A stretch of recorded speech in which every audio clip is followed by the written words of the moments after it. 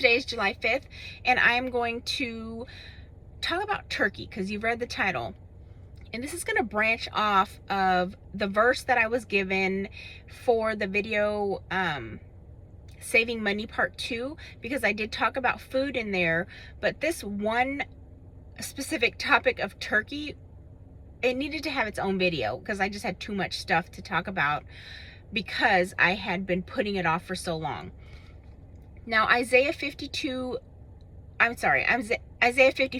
verse 2 from the NLT version says, "Why spend your money on food that does not give you strength? Why pay for food that does you no good? Listen to me and eat what is good."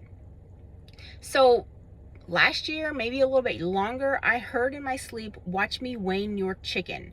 I had to look up what wane meant, and it means to decrease, to diminish, and to dwindle.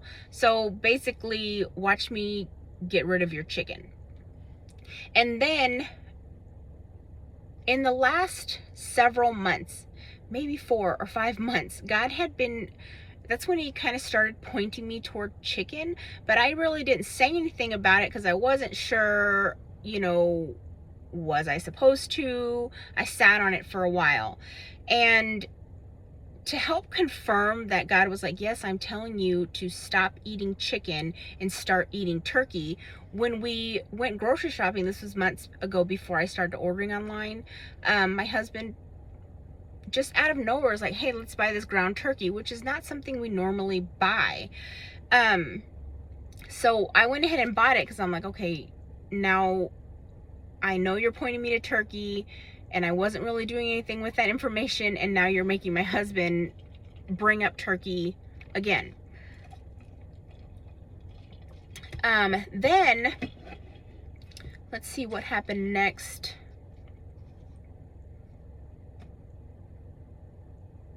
Oh, so then I had the dream, because what was happening was I still had chicken in the freezer and I was still trying to use it, even though God was pointing me to turkey. At first I thought he just wanted me to start adding it to my diet, but when I was still feeding turkey to my family, one day my daughter, she ate a piece. She's really picky, and she was like, "This tastes rubbery, it's weird." And I was like, "Yeah, I don't really like it either." So at that point, I wasn't even eating the chicken anymore, but my sons and my husband were, because they are into fitness and they like protein. But I had this weird dream that I'm going to share, but it is what it is. In the dream, I was cooking chicken in the oven, which is how I normally cook it. I turned around because I was facing the sink and the oven's behind me, and I open the oven and I'm looking at the chicken cooking, but I turn around and point my bottom into the oven, and I either pass gas in there or I actually do the do. And then I close the oven, and then I hit the light in the oven. I'm like, oh yeah, it's probably still good to give to my family. So if that's God not in my dream specifically telling me that I am feeding the bad word version of the word poop to my family, I don't know what else is. Then he had me start remembering years ago, like before I even found my faith, like, so 5 years ago maybe, because it's been 3 years I've been in my faith. I had bought a bag of frozen chicken breasts from Walmart, and when I defrosted them, they were weird. I mean, they started shredding apart raw and not cooked, not shredded chicken like I cooked it. They defrosted that way, and it just looked like scrapes in there. It was just really weird and falling apart, and the texture was gross. So I just had stopped buying that frozen chicken in a bag. But I didn't stop buying it like, when you can get that long styrofoam with the chicken in there. I still bought those. And when God made me remember that, randomly a video, and I've shared this channel before, Off the Grid with Doug and Stacy, they had a video where they talked about chicken from Aldi that was shredded and nasty looking, just like the chicken was back then. So of course, I still didn't talk about it because I was like, okay, what should I do with this information? I would go for my morning walks, and of the many years, I've lived in this house for over 10 years, and in the very back behind us, there weren't houses. It was just a huge field. There were cows back there, but as the years have gone by, the last few years, they have developed some of that land and there's houses there, so I can walk even further back behind my house when I go for my walks in the morning. But there is a point where those new houses come to that land, and for the first time, even when the field was up to the back of my own fence, I've never heard a wild turkey until all of this started going on, and I went for a walk and I heard this turkey gobbling, and I'm like, okay, I can hear gobble gobble from the turkey. I get it, God, you want me to talk about it. I still feel like I'm trying to put it together in the best way I can, but then I kind of let it slip through where I didn't talk about it. I think I've made several videos apart from each other. I'm like, oh, I'm going to talk about turkey. And like, this is how much I kind of forget and move on to the next thing. So I went for a walk after that, even after still not talking about turkey. I sent this picture. I took a picture with my phone, but I sent it to my husband so I could show you guys. That turkey just ventured into the neighborhood and was walking around, and so for about 15 minutes, every time I made my loop, that turkey was there, and I was like, oh, no one is ever gonna believe me. I'm gonna take a picture of the turkey. Now at first I thought, is that like a turkey buzzard, like a vulture kind of type thing? But it wasn't. It was gobbling and picking in the grass looking for bugs or whatever to eat. And I was like, okie dokie. So that happened, and then what is next? I recently saw a YouTube short, it just randomly popped up, where a nutritionist was rating this woman's diet meal plan, where she was prepping all her meals for the week, and every protein that was a meat was turkey. She didn't use anything except turkey. Then I had another dream, and this was a long dream that had lots of stuff going on, but this one particular part, I was in a vet's office and it looked like a lab. So, I mean, the table was there that you would put your pet on, but there was way more lab-like items there than would be in real life in a vet clinic. So this guy comes walking in and he's got this plate of chicken, and I don't know how I know, but I know that that chicken just died and he just cooked up some pieces. And the vet is like telling him not to eat it, and he says, I'm going to show you something. And so he turns on what looks like an x-ray machine. And so how I know, I don't know, it's just, I just knew it in the dream. The chicken looked, when it was alive, looked like a regular chicken, but once it was dead and whatever, he was showing me what I couldn't see with my own eyes. And so on the x-ray looking screen, you can see the bird has its wings spread out, and so at the top where the wing curves, the bones would go into the wing, because you know how they have the bones like this in their wings so they can fly. But the bones were so deformed. Oh my gosh, this just popped in my head. Do the thing with your fingers. So I can do this weird thing with my fingers. So the bones were like bent up in there, and they were crooked, and they didn't reach the top where they should be connected. Everything inside was kind of deformed inside the chicken. And so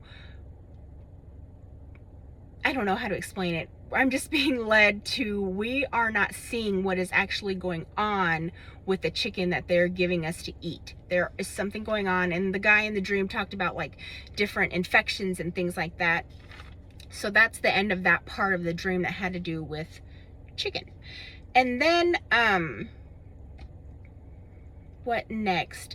When I was going to originally talk about turkey in that saving money video, when I opened up my web browser, the first story on there on MSN was about eggs recently being recalled. And then before I keep going on about the egg part, because I tried to record this already, but I forgot, which is fine because this one's better with the crazy finger thing. I kept noticing this shaving cream because I bought it at the Dollar Tree because it was similar to Barbasol. So it was just sitting there and I was like, why do I keep looking at it? I didn't touch it. It just sat like this. So if I'm in the kitchen, this is the part that I saw. But this morning when I was on the other side of that, it's like a bar, you know, in the island. When I was on the other side, I dropped something, and when I bent down to pick it up, as I was getting up, I actually saw what God was trying to make me see. It was just on the other side. It says right here, oh, I don't know if it'll focus.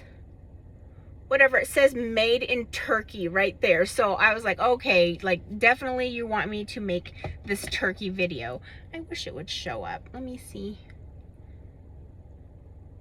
You can kind of see it right there, turkey. So I was like, okay, I cannot get away with turkey stuff. I'm gonna have to make this video. Back to the eggs. I saw a YouTube short from that guy who talks about people in North America would be shocked by things in, you know, Europe or the Netherlands. So as he's playing the Europe character, he tells the North American friend to go get some eggs, and this guy comes back all panicking because the eggs are not kept in the refrigerator.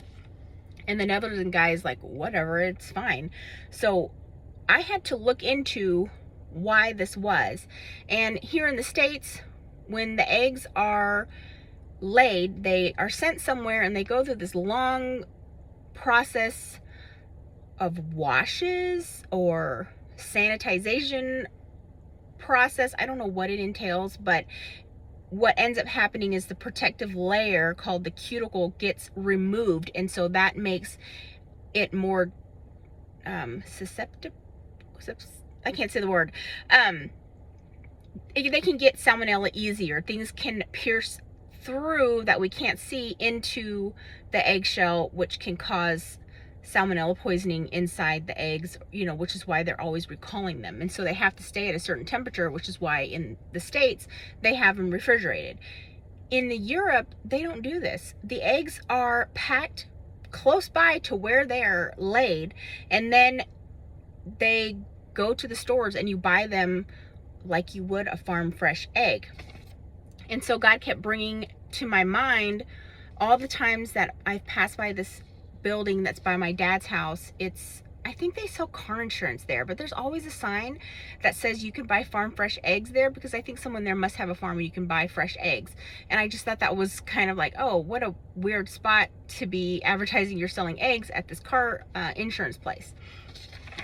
And then, of course, I had seen a video by Jordan the Stallion, who you may know him as the Fast Food Secrets Club guy, and he just told a story about how his friend stole his eggs because he said, oh, if you put them in water, this is how you can tell if your eggs are still good or if they've gone bad. But that friend lied about it and just basically stole his eggs.